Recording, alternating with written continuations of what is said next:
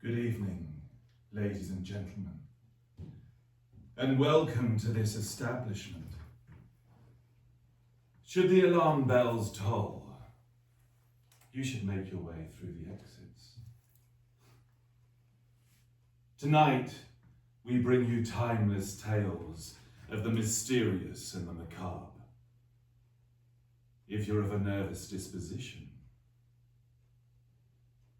you've come to the right place.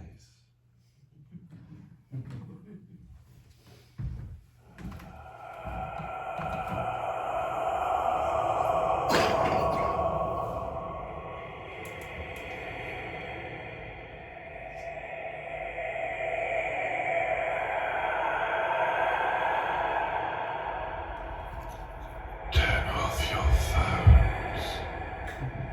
Put your phones away. Turn off your phones.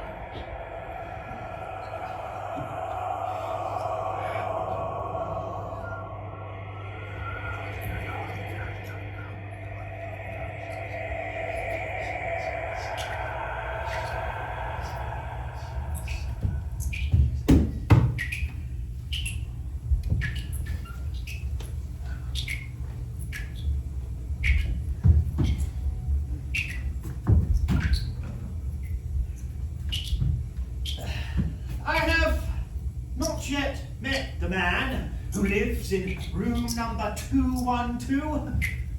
I do not even know his name. He never eats in the hotel restaurant. He never uses the lobby. On the 3 separate occasions we passed each other by, we did not speak. Though we nodded in a semi-cordial, non-committal sort of way. I should very much like to make his acquaintance. It can be terribly lonesome in this dreary place. With the exception of a very aged lady down the corridor, the only permanent guests here are the man in 212 and myself. Still, I ought not to complain. This utter quiet is just what the doctor prescribed. Doctors. They think silence cures all ills. I wonder if the pale man too has come for rest, for he is so very pale. They're not unwell. I cannot believe that he is ill, for well, his paleness is not of a sickly cast, but rather wholesome in its ivory clarity. His carriage is that of a man enjoying the best of health. He is tall, straight, and walks with a brisk, athletic stride. His pallor is, no doubt, congenital, else he would quickly burn under the searing summer sun. No, not sickness, something else.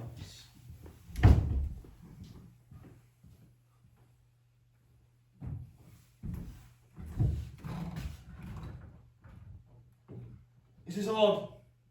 He was not on the train that brought me here. No bellboy showed him to his room. I met him myself, ascending with his bags. It is odder still that with so many vacant rooms in the hotel, he should choose number 212 at the farthest, darkest end of the corridor. The paper is bloated and peeling and exudes a musty, unpleasant odour. The lamps shine dimly like lamps in a tomb. You see, I myself had a very specific request. I shall stay in room number 201. Is that the front? Is it not? With a sunny southern exposure and the big red door. That room is reserved for transient trade. Well, consider me transient until further notice.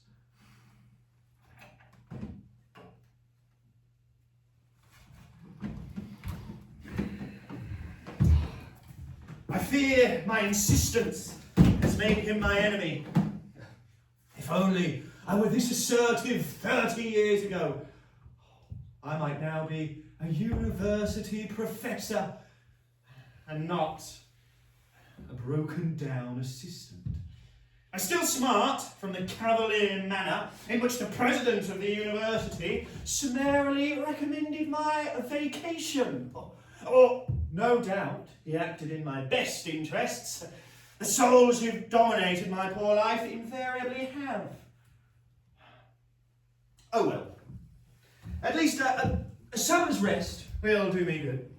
It is nice to be away from graduate students. Their eager faces, their ceaseless questions. Yes. If only it were not so lonesome. I must devise a way to meet with the pale man. Perhaps the room clerk can arrange matters.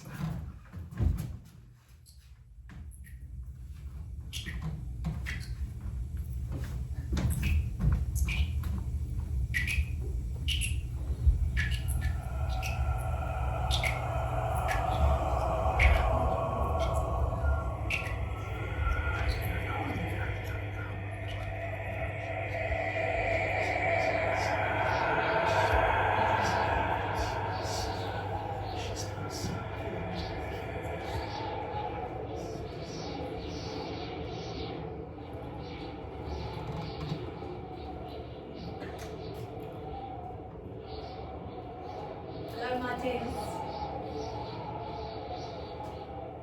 There's some stories an old nurse ought to keep to herself. But when you get to my age, the truth wants telling. My story is of an orphan, an only child. And as is often the way with tales of this nature, her father was a clergyman up in Wisley Green, where I am from. I was but a girl in the village school one day when a fine lady came in to ask the mistress if there might be a scholar she could have to serve as a nursemaid. Well, how proud I was when she chose me. Oh, the sweetest babe there ever was, she was. She took after her mother, a fine lady born. But fate had its eye on her. Before she was even 5, both her parents were gone.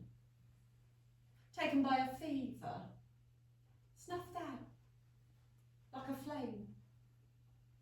Oh, it was a sad time, that, my mistress with child and all. She did ask me on her deathbed never to leave my charge, my sweet Miss Rosamond. Had she not uttered a word, I would have gone with that child to the ends of the earth. And so she became mine. A golden-haired child, always laughing, even through her grief.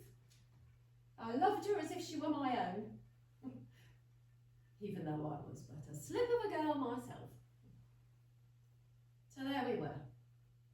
A child and a nursemaid, her lady's maid, alone in the world of strangers. Before our tears had even dried, we were told we were to be sent to a place called Furnival Manor.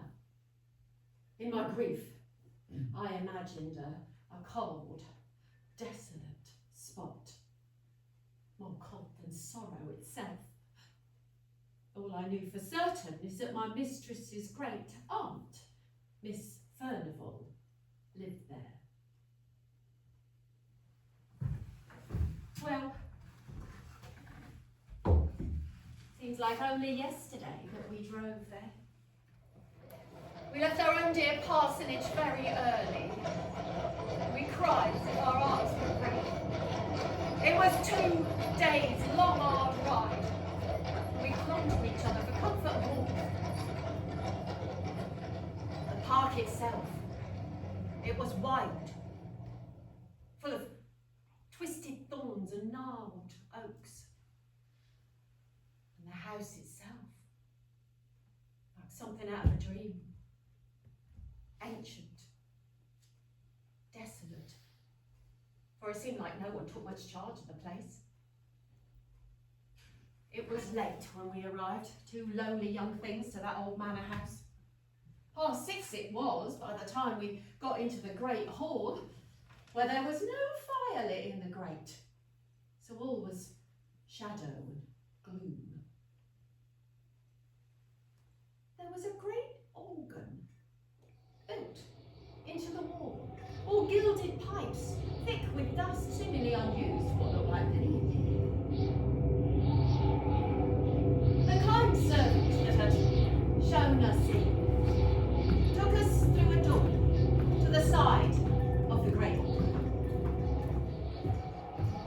and into a long, dark passageway, and through a series of other halls and passageways, all adorned with dry lavender, which did very little to cheer the place, until we reached the west drawing room, where he said Miss Furnival would be waiting. Little Miss Rosamond clung to me like she was frightened and lost in that great place. As for myself, well, I wasn't much better. And then I spied her. The old mistress. Near 80 she was, tall and thin, deaf as a post, with her face carved with wrinkles, sitting at her embroidery, rigid as an icicle, with a smile that barely touched her eyes.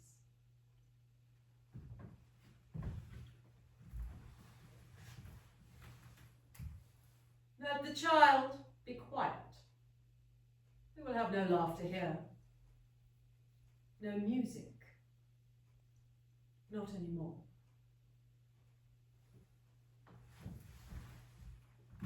She welcomed us in, politely enough. But that house, it loomed around us. It swallowed sound, swallowed joy. Miss Rosamond was the only beam of sunlight in that place, I can tell you. I was right glad when she called for the old footman, James, to come and take us to our rooms. Our nursery was above the kitchen. Or, at least, thanks to kind old James and his wife, Dorothy. James had lived in the house, well, almost his entire life, and then his wife Dorothy with him. They had one servant under them, Agnes. So the 3 of them made up our new family. Oh, and old Miss Furnival, always remembering my dear sweet Miss Rosamond. As the weeks passed, I began to wonder what they had done before we came. They seemed to dote on her so. Even the sad, hard Miss Furnival seemed to soften. Sometimes even smile when Miss Rosamond came fluttering by like a bird, playing and pranking hither and thither. But there were places in that house that were locked, shuttered, forbidden.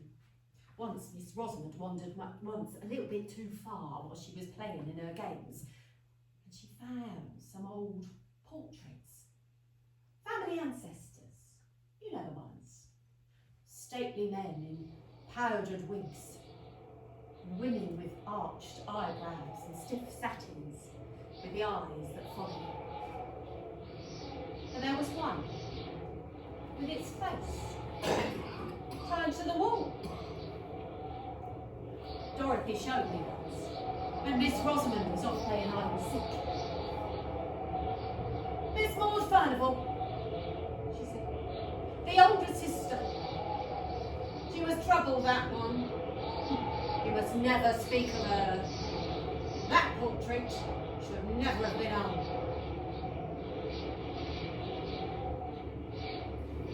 As the winter drew on, and the days got colder, and the nights got dark, I began to think that I could hear music, which I thought was odd after Miss Furnival's very stern warning. I did not hear it every night, but I was almost certain I heard it. Nights when I had put Miss Rosamond to bed in the nursery and I was sitting still and silent in the bedroom.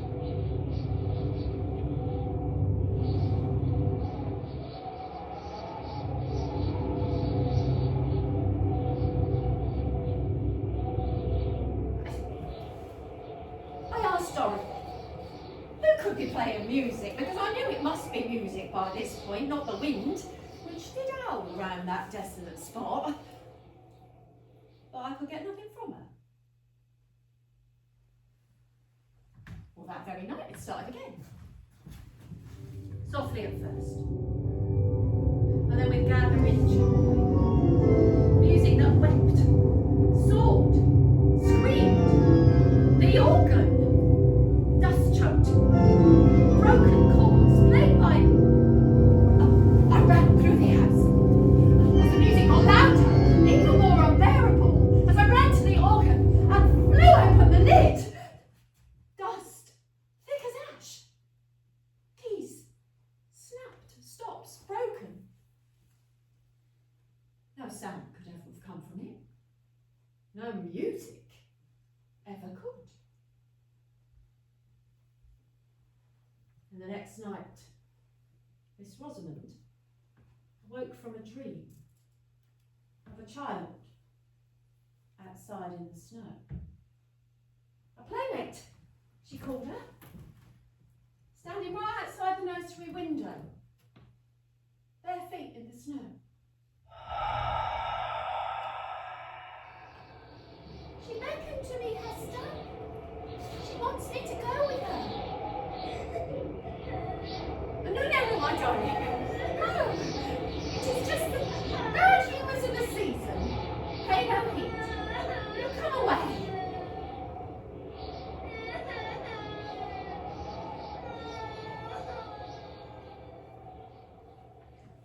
I had to find out who or what was making the organ play.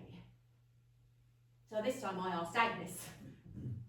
She said, "Oh, miss, you must never tell. And if you do ever tell, please don't say it was me that I told you. But I have heard it. It's a strange noise. I only hear it when there's a storm outside. Some people say it's the old Lord playing on the organ like he used to do when he was alive."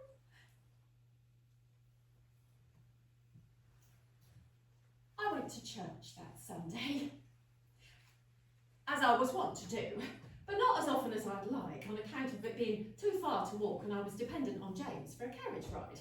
And James was not one to partake of going to chapel on account of his falling out with the pastor some years previous. Well, I went that Sunday, and I had planned to walk home. But it snowed hard that afternoon, and my return was delayed. So by the time I made it back to the house, Dorothy and James were all afluster, thinking I had been lost in the snow. And I am ashamed to say that Miss Rosamond was not at the forefront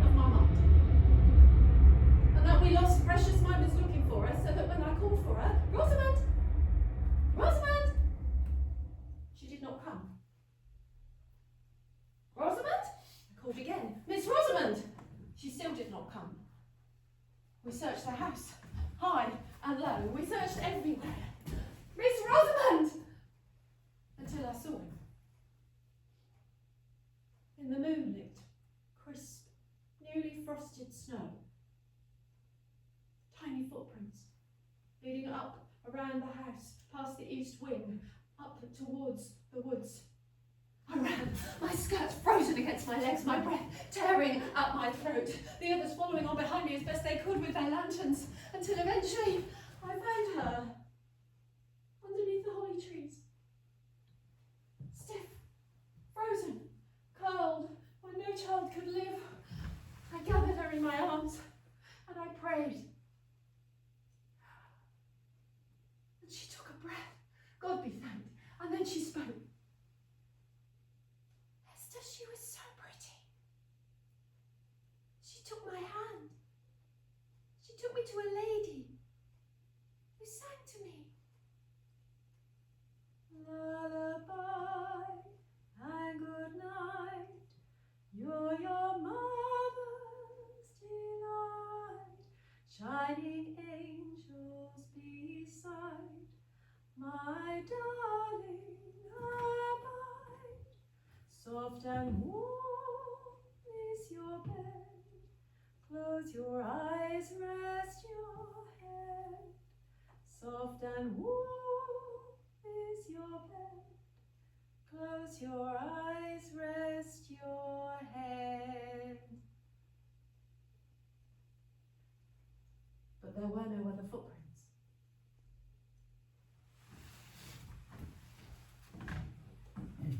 As the nights got darker, I never left her side. But one night, the child returned, tapping at the window, weeping. I sat reading, and Miss Rosamond almost opened the front door. I stopped her just in time. Can't you see her? Look, Esther, she's outside in the snow, and she's crying. Look, let her in, please. She's cold. She's cold and she's fine. Let her in. No, my darling, no.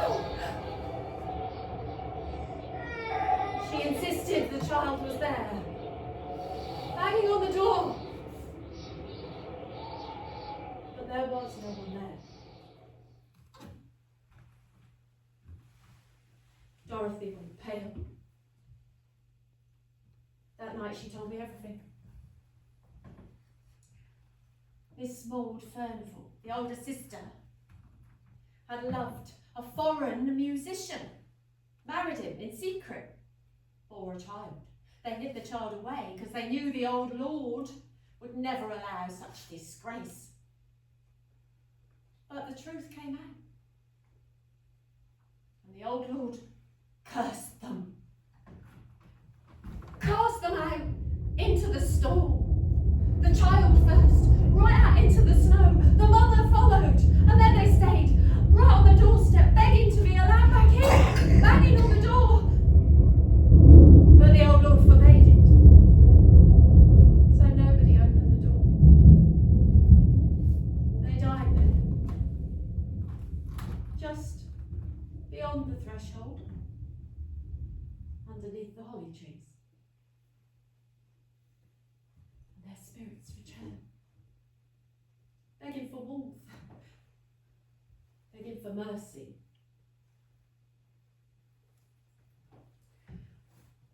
That winter, Miss Furnivall, she took a chill, so she took to her bed. One evening, she seemed quite revived, and I was summoned to the drawing room by Belle. I took Miss Rosamond with me so as not to leave her unattended. Miss Furnivall was there, looking all red and flushed in the cheeks. And then, suddenly, as if out of the air, terrible shrieks! And then the organ thundered! And Miss Furnivall stood, eyes wide wild with horror. I hear him! I hear my father! I hear the organ! And then the great doors flew open with a thundering crash! And in walked four terrible figures, an old man with hair like frost, and a young broken woman with a child beside her, and a young woman behind him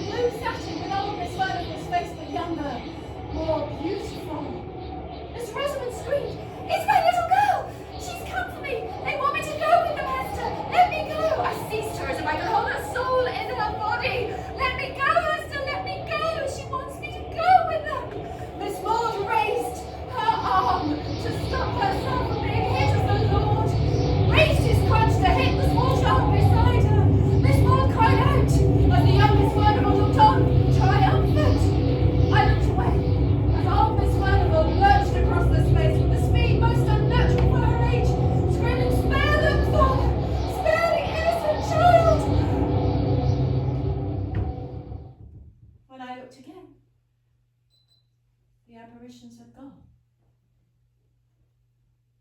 And all Miss Furnival lay upon the floor, struck down.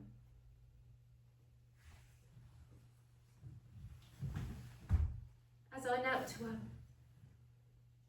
she uttered the last words. She loved in secret. My father forbade it. She defied him. I told him. What is done in youth can never be done undone in age.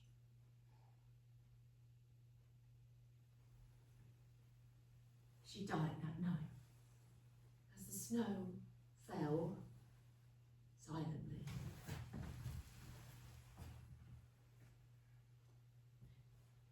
We left that place. But sometimes, when the snow falls and the wind howls so that it chills your bones, I think I hear it again.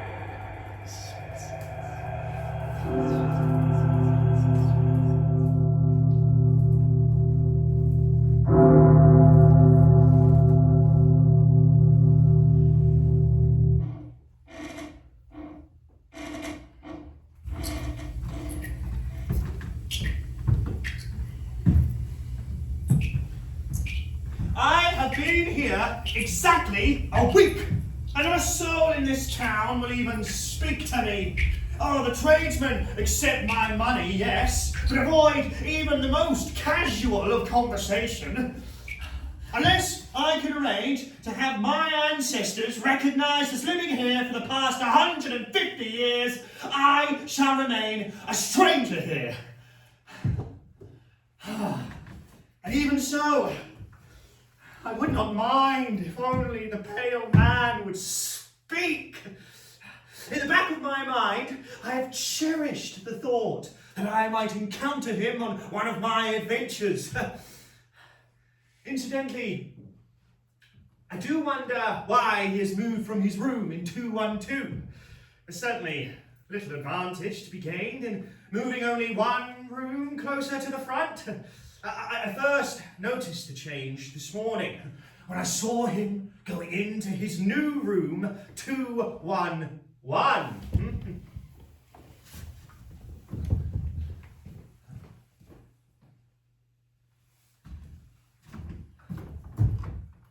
Yes.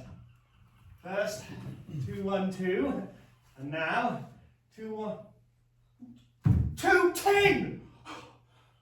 Always nearer. Always advancing. We nodded again, though his manner forbids overture.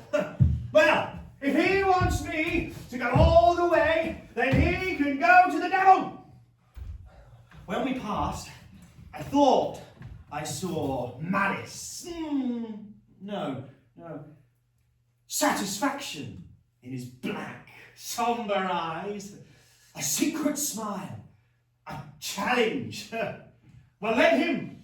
I shall not run after him for friendship.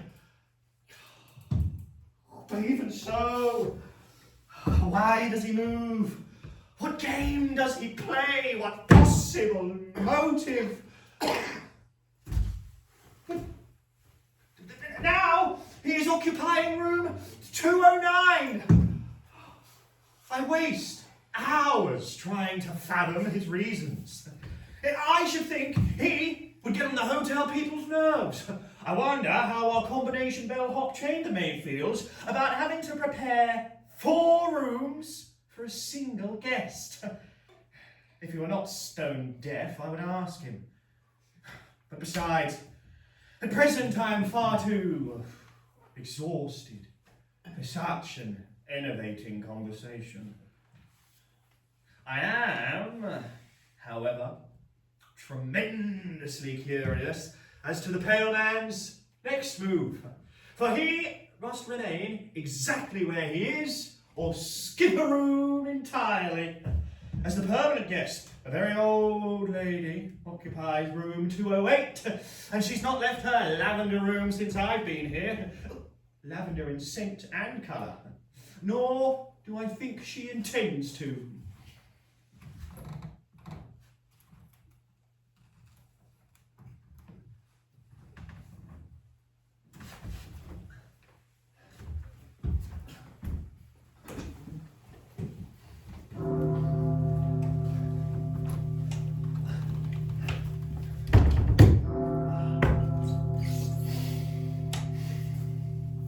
She died. Old age, I am told. I was amongst the curious few who went to her funeral. And when I returned from the cemetery, he had already moved in. And smiled.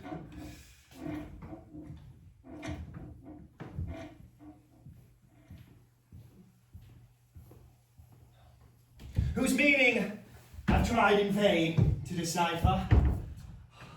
I can't but believe that he meant for it to have some significance.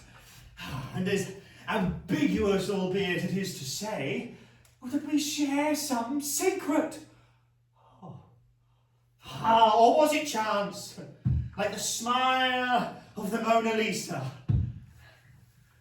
I do not understand. Why do I feel responsible?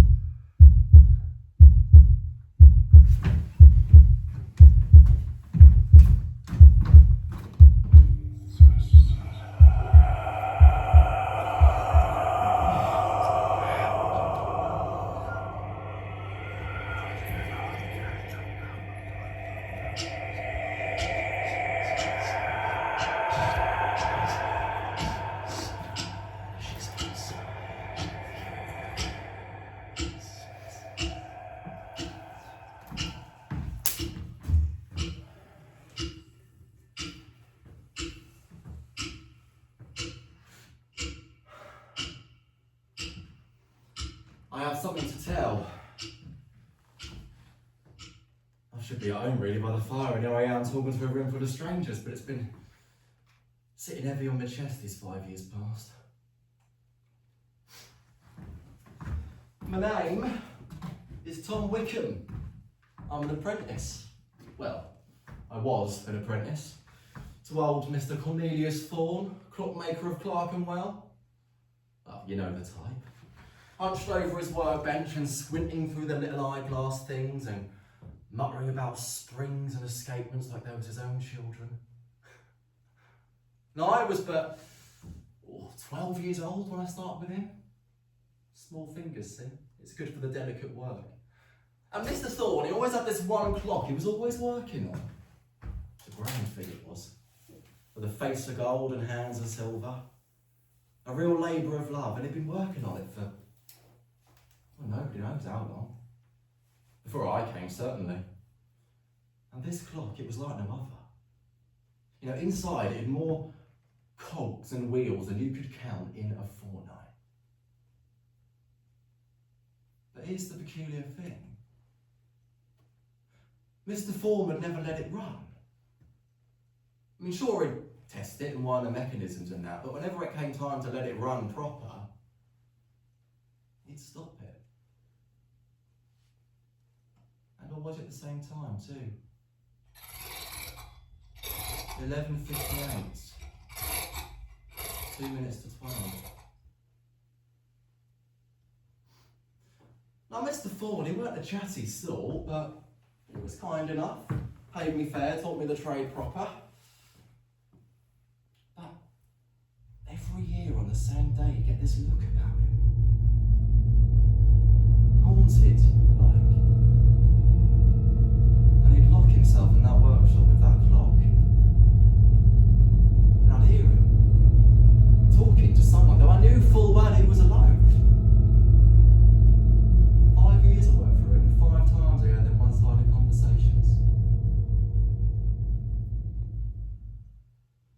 Until the next year. 3 years ago this morning, in fact,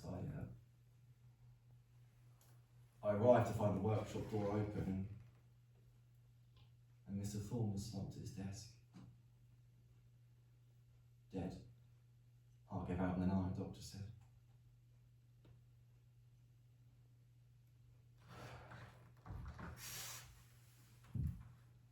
Well, I was grief-struck. I was. He'd been like a father to me. More than my own dad ever was. And the landlord said the workshop had to be cleared out and there was no one else that could do it, so it fell to me.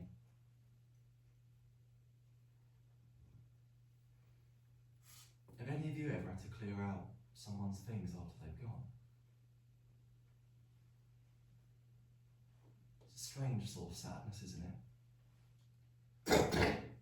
All their belongings are suddenly just things. And I was packing up his tools when I found it. There was a letter addressed to my apprentice, that's all it said. And inside, in his spidery handwriting, were instructions.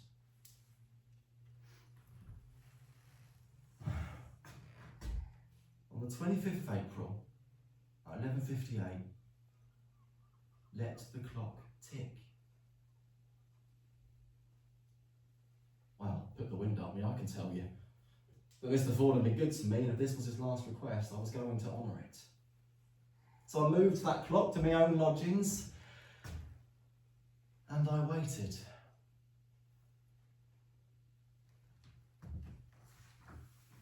Evening came, and I sat there watching the man's pointing to 11:58. And the room was so cold, even though it built up a fire. And then as 12 drew near, I did what Mr. Thorne had never done.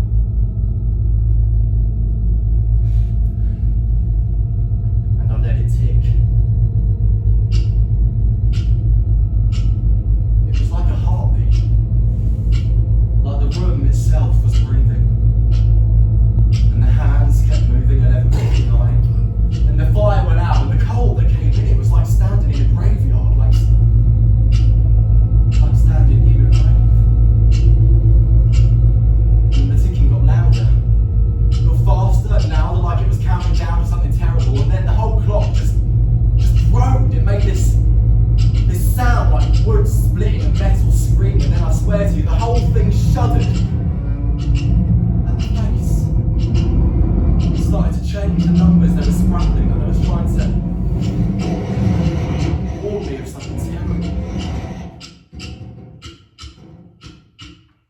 What was that? What did you see?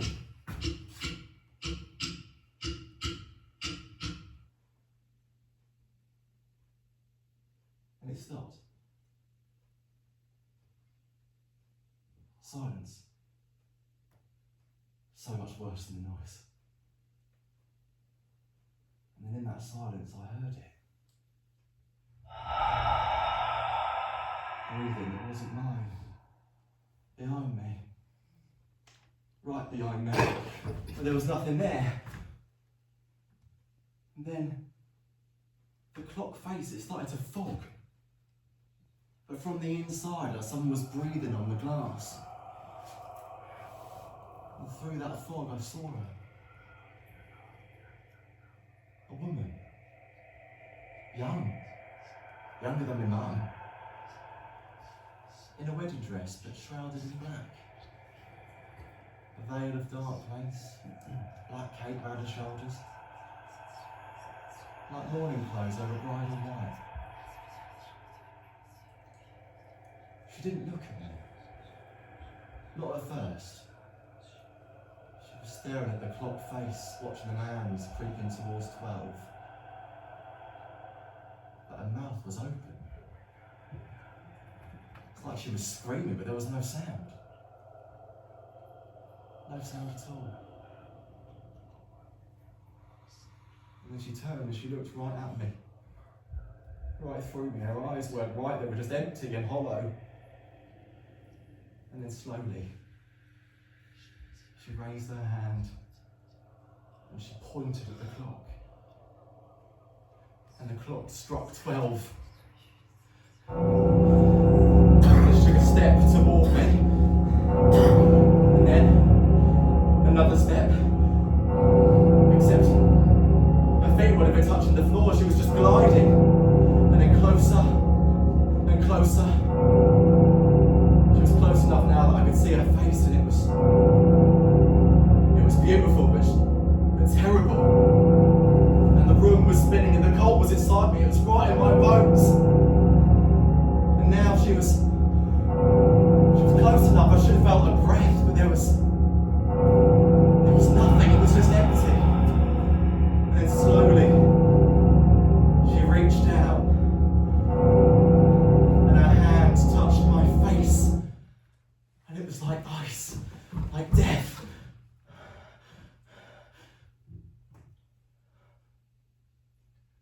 And then she was gone. And I just stood there trembling like a leaf. And then I saw it. In the back of the clock there was a loose panel. And just inside there was a letter. Another one of Mr. Thorne's hand.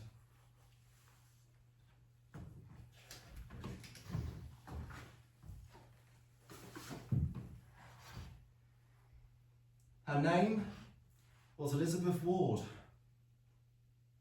We were to be married on the 25th of April, 1842. I arrived at the church at 12:15. Late. Because I was finishing a clock as a wedding present. This clock.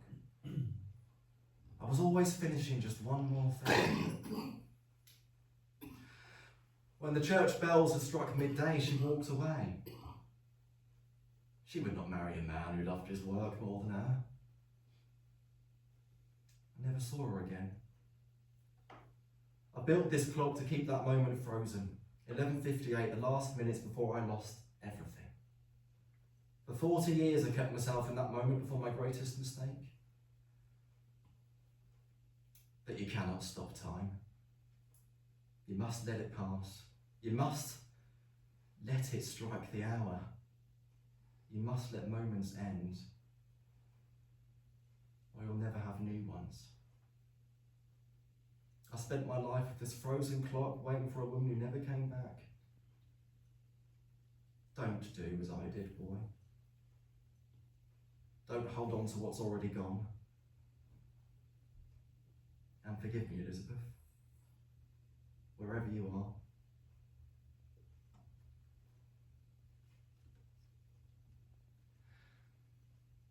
Each year around that clock, and each time the date arrives, I let it tick.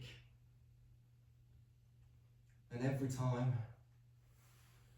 she still appears, still hoping, still waiting, still dressed in white. Do you think she forgives him? Why will she keep coming back?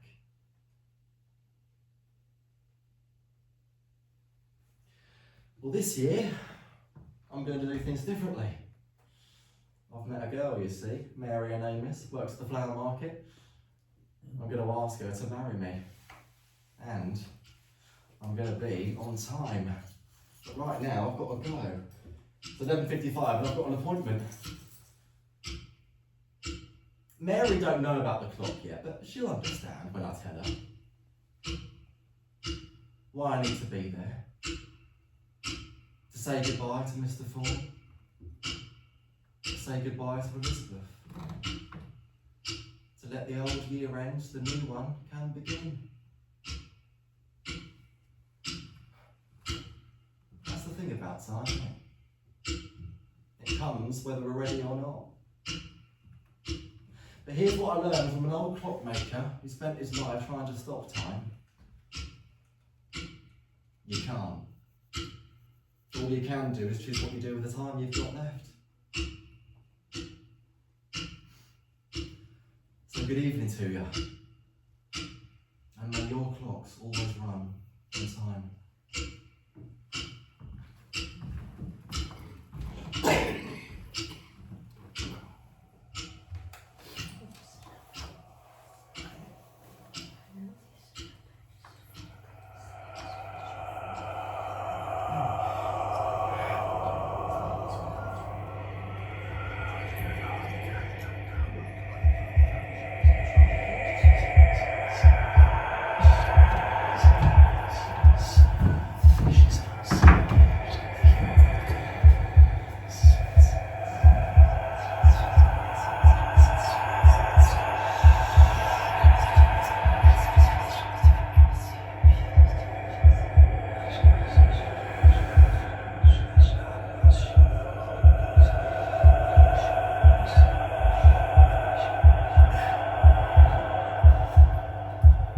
This morning,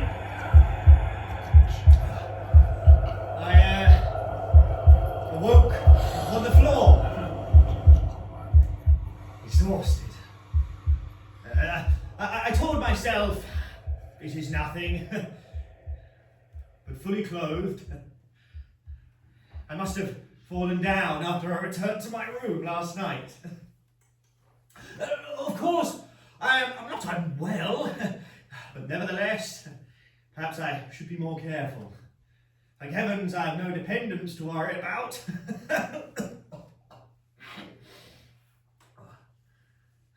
Perhaps I'm not well after all.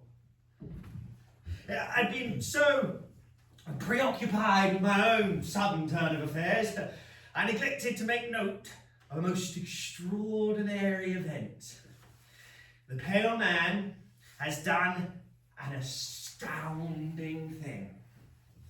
He has skipped 3 rooms entirely and moved all the way to number 203. Now, we are very close neighbours. A local doctor came by, whom I suspect to be a total quack. He glanced Willie over with one look of professional indifference and then instructed me not to leave my room. For some reason, he doesn't want me to challenge a climb of stairs. And for this bit of information, he received a crisp £10 note. This afternoon, I called the room clerk into my bedside. Clerk, tell me, who is the Pale Man in number 202? 202. Well, that room is unoccupied. Unoccupied?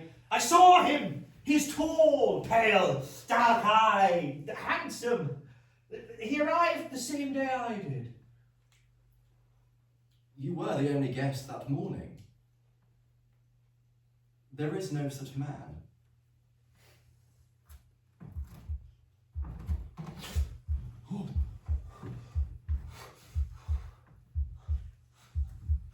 Now I know. The doctor knew. The president of the university, he knew when he shook my hand farewell. But the man, his smile, his path, his purpose. I suppose I should have guessed his identity the night he skipped 3 rooms when I fell unconscious upon the floor. In one night of triumph, he advanced until he was almost to my door. And soon, he will come by and by to inhabit this room. And when he does, I shall return his smile.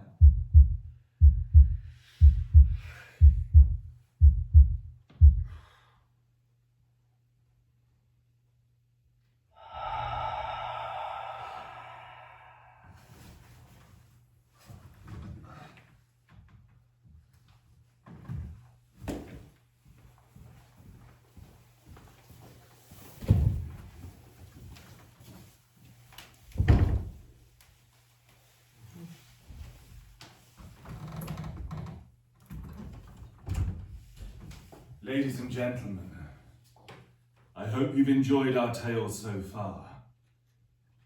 Please do imbibe yourselves from the urns of the beverage kind. We'll be back in 20 turns of the clock.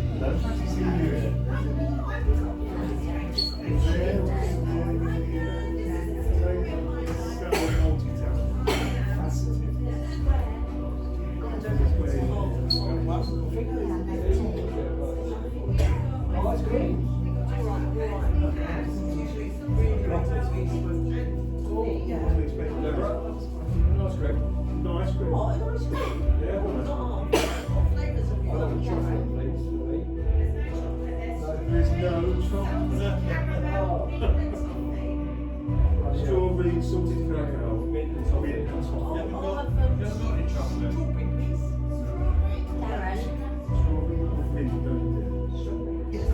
Strawberry, mint, two strawberries, one mint, and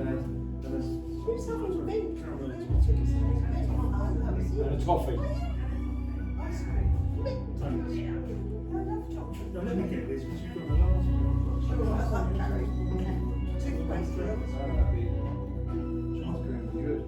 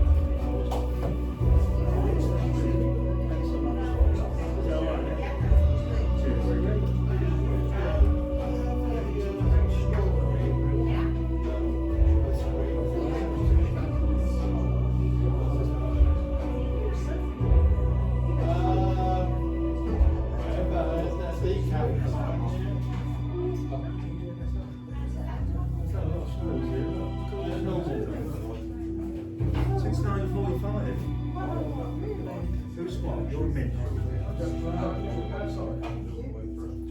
That's all, yes.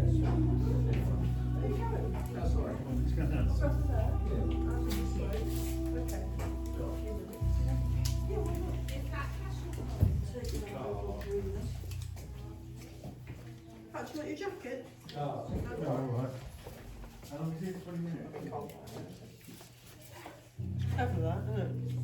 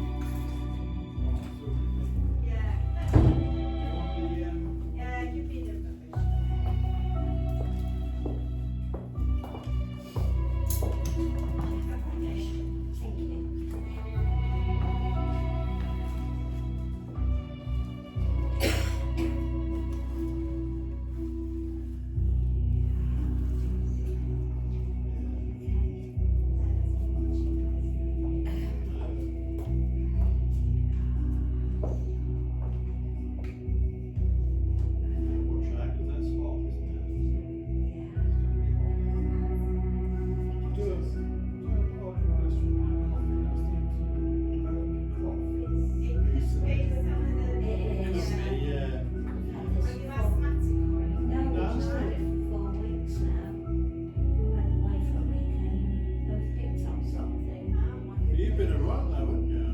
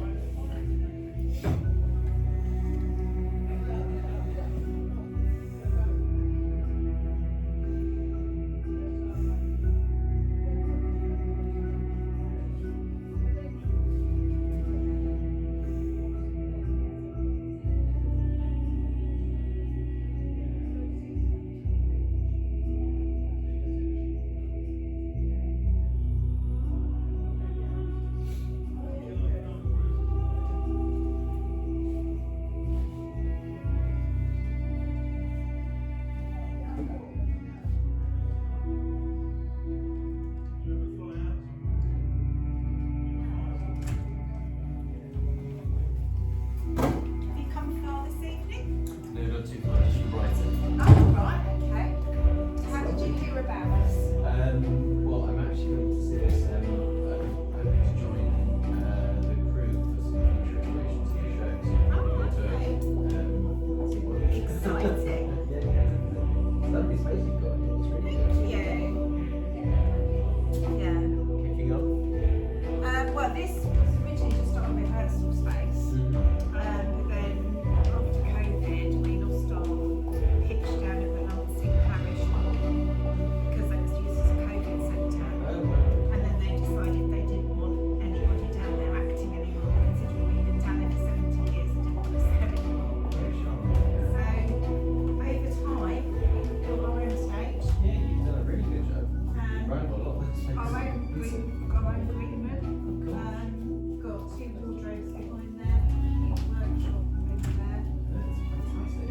We've converted our kitchen into a sound and lighting booth, a box office and a refreshment bar. There you go, it does everything. So yeah, it's been hard work, but it's been over like 3 or 4 years. But It's about the fifth new life of this rehearsal. Yes. Yeah. Yes. Again, when I first came down, double doors. exactly, yeah. So yeah, we've just done one of the views out there, so it's got a higher loo in it now and a wider doorway to get a wheelchair in. So, Really done very well for yourself. I mean, you're slightly down the road, but do you get people doing stuff for Brighton Fringe here? no, we hired it out to one group and done Pride and Prejudice before Christmas, and obviously these guys the last 2 nights. We've got another group in here using it for rehearsals. We will be next week. So yeah. Oh, hey, it's just kind of programming stuff, but you got this is just brief version, so you can hear about it. Well, we've got a new with our largest in there. Well, we don't expect that, right? But we don't do a lot of French theatre as well. And pub rooms, back rooms, Yeah, I mean, we can get back to you really. yeah, that's really good. Yeah. So we've got a play next week and we'll do another one in the summer and then a pantomime at Christmas.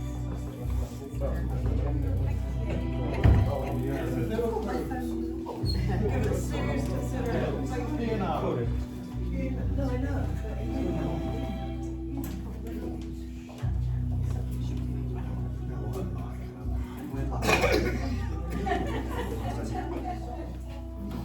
Where was the whole silent?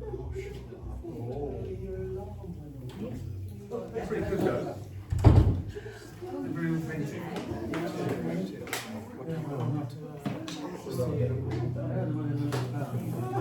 You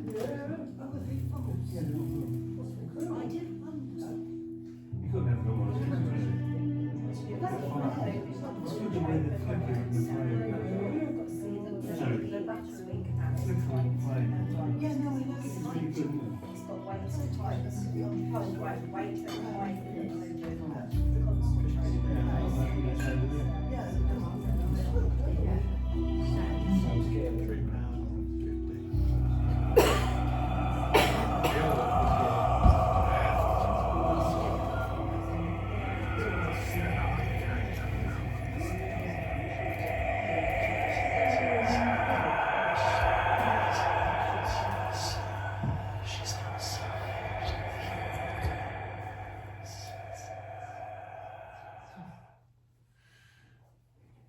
In the year of 1830, in what is now somewhere between the expanding settlements of Brighton and Tunbridge Wells, there lay a vast and almost endless forest of oak and holly trees. Deep within that wood, there was a solitary cottage. The cottage was thought to be so lonely that one might walk for miles before seeing another dwelling. At dusk, the lanes were so overgrown that even the birds fell silent. The man who lived there was called Matlock. No one knew how long he'd lived there nor whence he came, though even the oldest people in the nearest village only ever knew him as an old man. He seldom came to town, except to barter for rabbits and pheasants and skins of foxes he caught in the woods. He rarely spoke. Those we did speak to found him civil, if not a little strange. His manner was slow, as if each gesture and word cost him thought. The cottage was made of rough timber and stone, its roof bowed with the weight of the moss, and the garden was overgrown with wild brambles. But there was one feature that none could quite fathom. A single window that looked out onto the woods that had long since been boarded up, its sill painted with red paint. No one knew why it had been boarded up, nor how long it had been since it had last been opened. Though the children of the nearest village who dared get close told of whispers of something that had once looked out that Matlock could not abide to see of again. Matlock was thought to be around 70, though in truth he was nearer 50. Something other than the years had been the cause of his aging. His hair and beard were white. His eyes were grey and dull. He was tall and steep and walked with a stoop, as one who carries many burdens. I never met him myself. These details I got from my grandfather, who knew him many years before. One day, alone in his cottage, Matlock died. It was decided that he would be buried near the cottage. Indeed, there was already a small grave there, one marked only with a stone half sunken down into the grass. It was thought to be the grave of his wife, who died many years earlier. Though none could remember her name, and not a living soul had ever seen her face. Well, you might think that's the end of this story, but that wouldn't be a very good story, would it? No. There is an earlier chapter to this tale, one told to me by my grandfather. Oh, there are certain parts I do doubt if they were true, but still, whenever I get close to that part of the wood, I feel a certain unease. When Matlock first went into the forest, the woods were dense and seldom frequented. He went there as a newlywed. His wife was of good family, though slender means, and she followed him gladly into that wild life. Well, they made a little clearing and built themselves a cottage, and for a while they were content. One day, when Matlock was returning from the far side of the forest after a day's shooting, he came home to find his wife prostrate with fever and shouting out in delirium. Well, there wasn't a physician for miles, and no one close enough to hear his call. Indeed, he did not have time to leave her. So he tended her best he could with the herbs and plants from the forest. But on the third day, she fell into unconsciousness and died. From what we know of a man like Matlock, we might imagine what he would do next.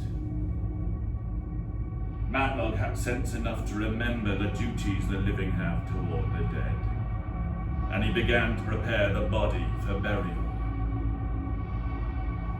He did a few things wrong undertaking that special task, and other things he did correctly he did over and over again. He was surprised he did not cry. Surprised and a little ashamed, for surely he had some kind not to cry for the dead. Tomorrow, he said out loud to himself, I shall make her a coffin and bury her, and then I will mourn. But for now, everything will be all right. He stood over her body on the table where he placed her, adjusting each strand of hair with dull precision of habit. And all the time he was saying to himself, everything will be all right. Matlock had no knowledge of deep sadness. His heart could not take it. His imagination couldn't understand it. That knowledge would come later and never leave. In the fading light, Matlock slumped down onto the chair next to the table where the body lay, crossed his arms upon the table and put his head in his arms. Then, from out through the window and across the forest floor, there came a low cry. Again it came, nearer and sharper than before. Perhaps it was a fox. Or perhaps it was a dream. A Matlock had fallen asleep. A few hours later, Matlock woke with a start. He did not know what had roused him. He listened. The air was thick with silence. And he fancied he'd heard a noise on the floor, like bare feet walking. And suddenly there was a loud thud on the table next to him. And then something like a body falling onto the floor, and scuffles, noises impossible to describe. Fear. There is a time when fear leads to insanity, and insanity to madness. And Matlock tore across the floor and grabbed his loaded gun off the wall and fired a warning shot into the air. In the flash of a light that came from the gun, he saw a wild cat dragging the body of his wife across the floor, his teeth sunk deep into her throat. And then the light was gone, and all fell silent again.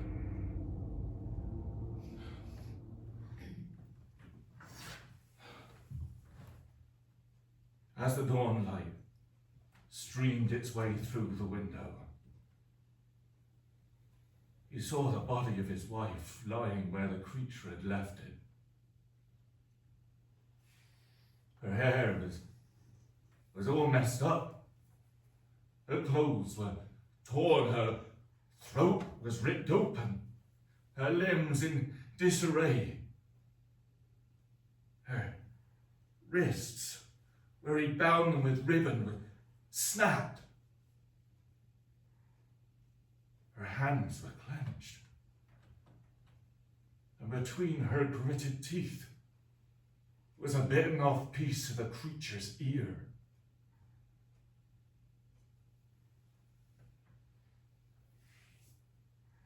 Many years later, when I went back to that part of the forest as a young boy, I immediately felt that feeling of unease. I turned to go, and as I did so, I heard off into the distance a faint cry, as if there was some creature out there, lost and searching for home.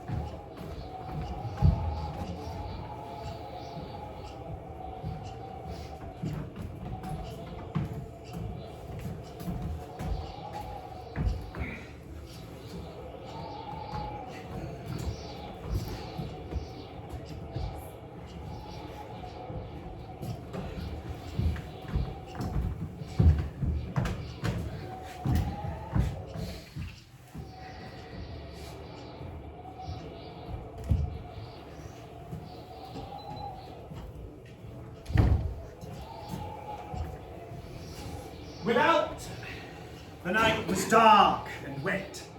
In the small parlour of the Burnham Villa, the fire burned brightly. Outside, the winds tore at the Burnham Villa, and inside, though, the fire gave a hearty glow. A strange expectation hung in the air.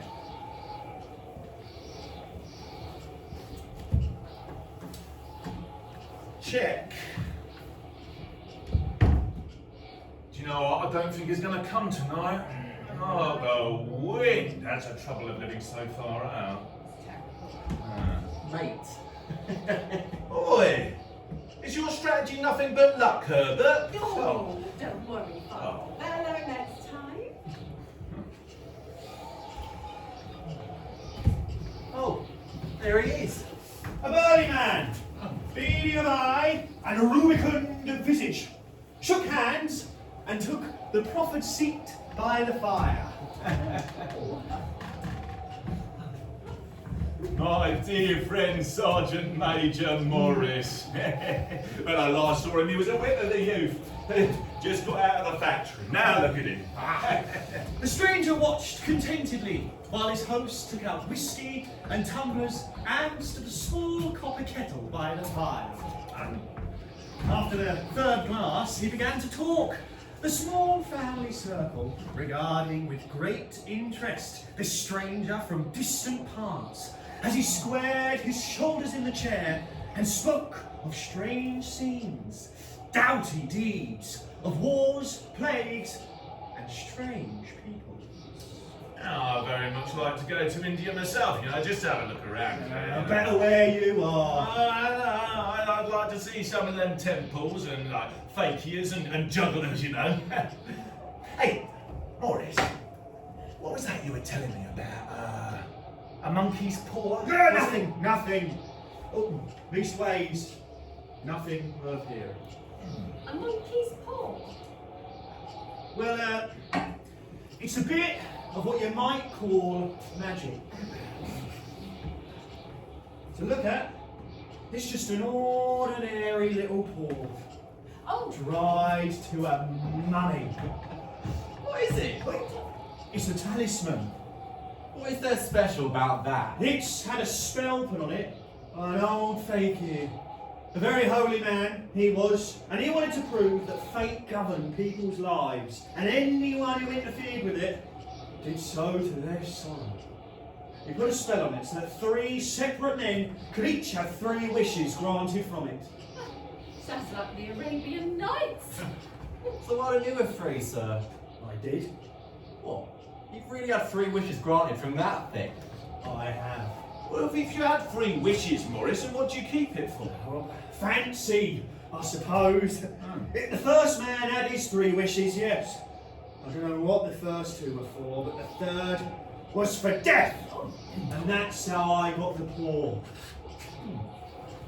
Well, if you could have them 3 wishes again, would you have them? I don't know.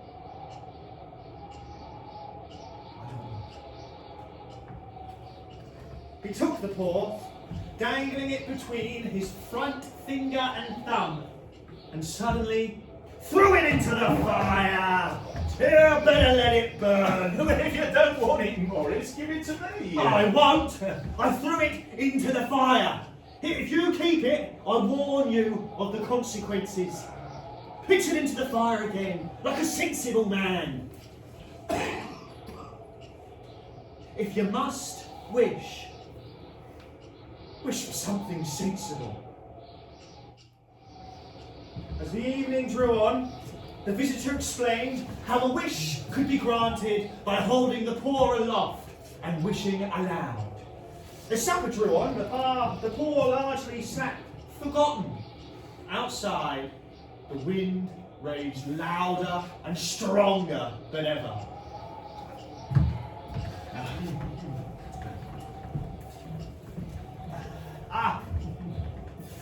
Thank you.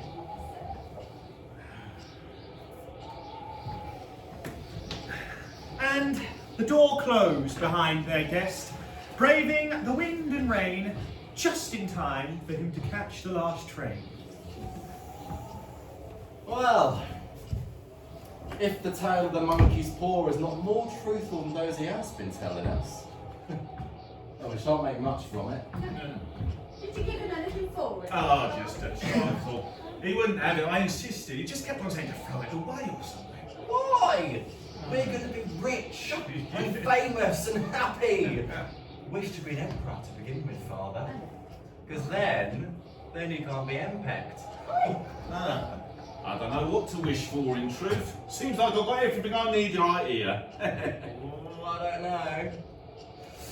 If only you cleared the payments on the ass, we're quite happy there, wouldn't you? Wish for about £200. I'll just about do it. The old man held up the talisman, whilst his son, with a solemn face, somewhat marred by a wink at his mother, sat at the piano and struck a few impressive chords. I wish for £200. A fine crash from the piano greeted the words, interrupted by a shuddering cry from the old man. The thing moved in my hand. As I wished, it twisted like a snake. Oh, no, you just thought it did, Father. It's your imagination. Well, I don't see any money. Let me have a shout. No, I'm done. It just gave me a fright all the same. Outside, the wind was higher than ever, and the old man started nervously at the sound of a door banging upstairs. A strange silence, unusual and depressing, had settled upon all three, and it lasted until the old couple decided to retire for the night. I expect you'll find the money tied up in a big bag in the middle of your bed. But something horrible squatting on top of the wardrobe, watching you as you pocket your ill-gotten gains. He sat alone in the darkness, gazing at the dying fire and seeing faces in it. The last of which was so vivid and so simian that he could only gaze in amazement. And with a little uneasy laugh, he felt across the table for water to throw over it. His hand grasped the paw firmly, and with a sudden shiver, dropped it as quickly as he could. He rubbed his hand on his coat and went up to bed.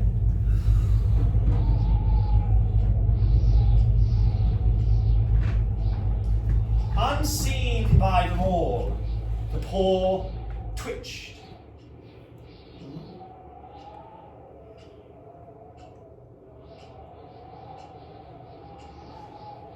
Morning came, pale and cold, and the paw rested silently. A dirty, shriveled little token, discarded with a carelessness which betokened no great belief in its virtues. Oh, fancy us listening to those stories last night. Old soldiers, eh? Oh. And how can £200 hurt your father? Well, I don't know. Might drop in his head from the sky. Morris was saying that these things might happen so naturally that one might, if you so wish, attribute it to coincidence. Well, just don't spend all the money before I get back, Father. I'm afraid it'll turn you into a mean, avaricious man, and we shall just have to disown you. His mother laughed, and following him to the door, watched him down the road. And then, returning to the breakfast table, the old lady was very happy. Until... Morning, Mrs. White. Mr. Jones, how are you this Oh, morning? better now, better now. Good. You take care. Yes, you too. See you later. What's this then, Father? Oh, I had forgotten about this. There's a bill from the tailors for £20. The day passed without further event, until after having their dinner, the couple returned to the parlour. I swear, the thing moved in my hand. Father, you have just imagined it. It was nothing. There was no imagination about it. It moved in my hand, I swear to it. What's the matter? But fate waits for no one. Outside, a man approached. 3 times he waited at the gate before moving on again, until with a sudden resolution, he swung the gate open and walked up the path. Mr. White, I come from Moore and Neggins. I bring news. Oh, is it about Herbert? Is he all right? Is he all right? I'm sorry. There, dear. Don't leap to conclusions. I'm sure you've not brought bad news, have you, sir? Your son, Herbert, caught in the machinery. Is he badly hurt? Badly hurt. Oh.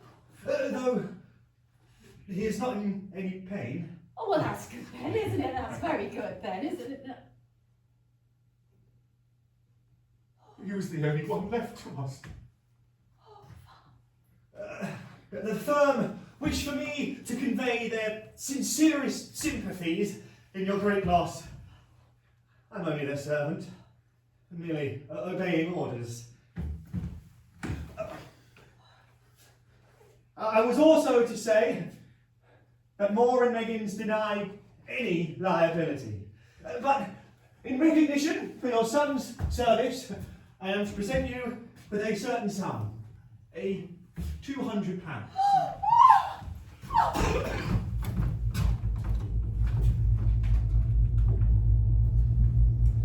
The days after the funeral passed, and expectation gave place to hopeless resignation.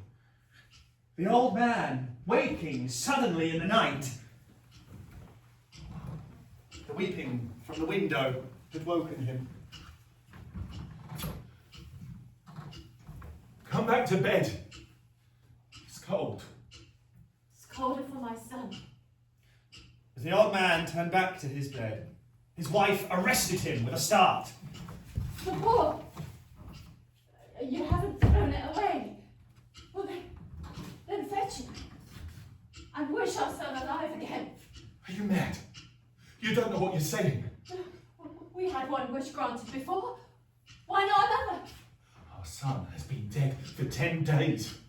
I didn't wish to tell you before, but I could only recognise him from his clothing. If he was too bad for you to see then how now? Do you think I fear the child I nursed?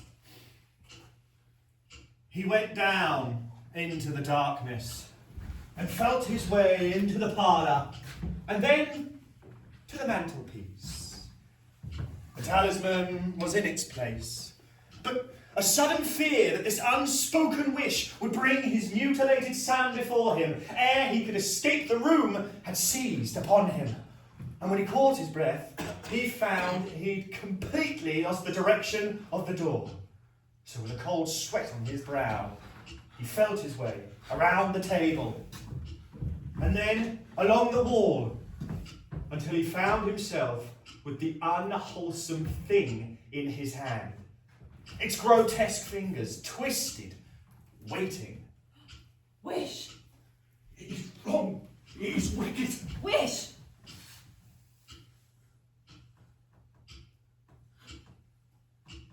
I wish my son alive again.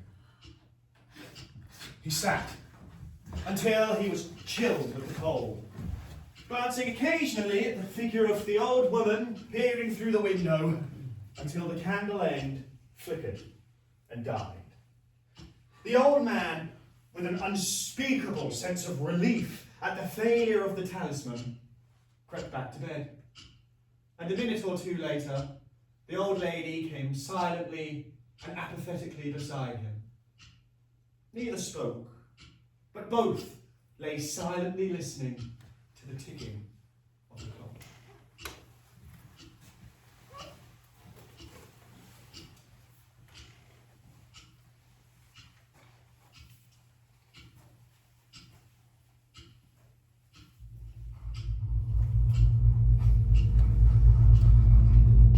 After gathering his courage to investigate the noises, the old man lit a candle and went downstairs.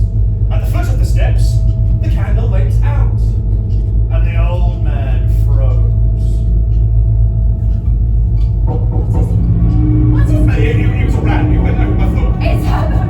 He's come! Look! Outside, shadows dark, Why are you holding all waiting. I need to let him in! Don't let her in! I'm coming over! I can't get the door open! The bolt! The top hole! I can't get it open! Herbert! I'm coming! I wish!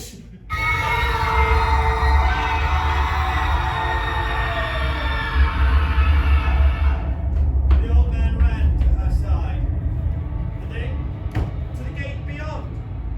The street lamp opposite shone on a quiet and deserted road. The poor had done its work, and the house held its breath. And now, nothing remained, apart from the wind, the shadow, and the echo of a wish gone wrong.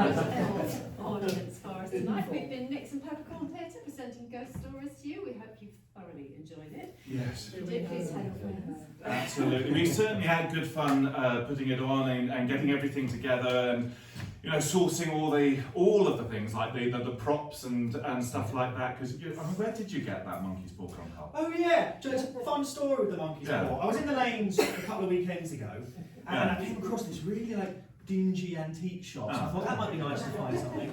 So I went in, I found it. I had to barter with the guy for ages. He did not want to get rid of it, but I have it now. And then I thought next weekend I was like, oh, I'll go back in and get a spare. Yeah. And the shop, gone, gone. Last nobody had ever heard of it. But you don't need to worry because you can keep that one. Okay. I wish. No, have a nice weekend. See you later. Carl.